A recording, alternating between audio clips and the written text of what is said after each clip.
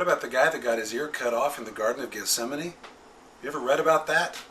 It was one of those moments when Peter really swung into action.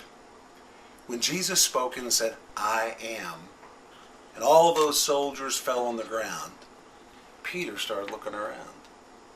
And there he saw, laying on the ground, somebody that he didn't like. He had a grudge against this guy because it was the servant of the high priest. And when I say the servant of the high priest, I really mean it was the public spokesman. This would have been the guy that went on television and made all the announcements for the high priest. We even know his name. His name was Malchus. And Peter didn't like Malchus because all of Jesus' ministry, every time the high priest wanted to do something against Jesus, it was this Malchus that spewed all the venom. It was the Malchus that made all the ugly, evil statements about Jesus and all the disciples. And now Peter's looking around and he sees Malchus laying there on the ground, and the temptation is just too great. He also sees a whole lot of soldiers and a whole lot of swords. So Peter grabs a sword, swings, and the Bible says, cut his ear off. Well, now wait a minute.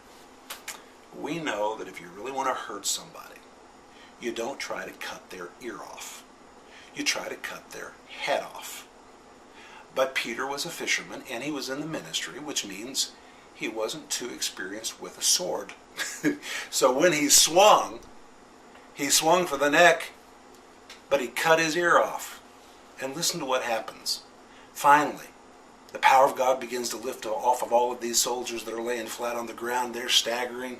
They're trying to regain their senses. They see stars. Something's going on in their head. They feel numb because they've been under the power of God. And all of a sudden Malchus reaches up and his ear is gone and blood is pouring from the side of his head. And that's when Jesus says these words. And one of them smote the servant of the high priest and cut off his ear. We're talking about Peter. And Jesus answered and said, now I love this, listen to this. Suffer ye thus far. And he touched his ear and healed him. Now what does that mean when it says, and suffer ye thus far? Well, the Greek really means, hold on, just give me a minute, I'll take care of this. Now here Jesus has just been through the Garden of Gethsemane where he is sweating blood because he is in such a mental battle. He knows that he is going to go to the cross and die for us. He's going to spend 3 days in the grave, 3 days in hell. This is quite an ordeal which Jesus is facing. He's about to purchase my forgiveness and your forgiveness with his own blood. And right in the middle of all this thing, Peter makes a mess. Jesus never asked him to do this. This was Peter's idea. Jesus would have never approved of Peter grabbing a sword and cutting somebody's ear off. So while Jesus is trying to redeem us, he has to stop and say, wait, everybody stop, just hold on a minute. Give me a minute. I've got to fix this. And he had to fix it for 2 reasons. First of all, Peter took the sword of a Roman soldier. That was a federal offense. That was a capital offense. He would have been killed for stealing a weapon of a Roman soldier. Number 2, it was the servant of the high priest. He would have been executed for attacking a servant of the high priest. So here is Peter, who's going to be one of the leading apostles, who has made a mess. So Jesus says, wait, before I go to the cross, before I finish what I've got to do, first let me fix this mess.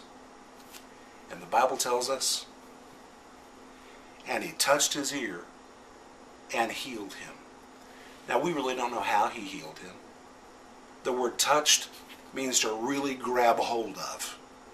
In other words, it would be like me putting my hand around your head and shaking your head. I'm praying for you so loud.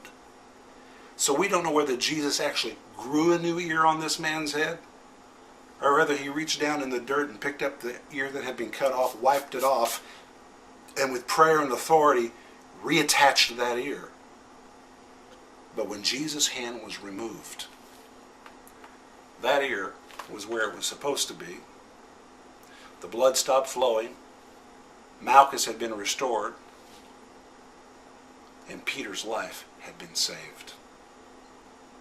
I want to ask you, how many times has God had to fix your mess?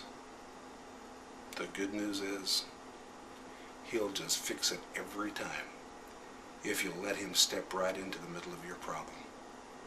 We all make mistakes. I do, you do, we all do. But Jesus is the master at saying, hold on, hold on, hold on, let's back up, let's take a minute. And he loves us so much that even when we make a mess all by ourselves, he'll fix it for us. What do you need him to fix for you today?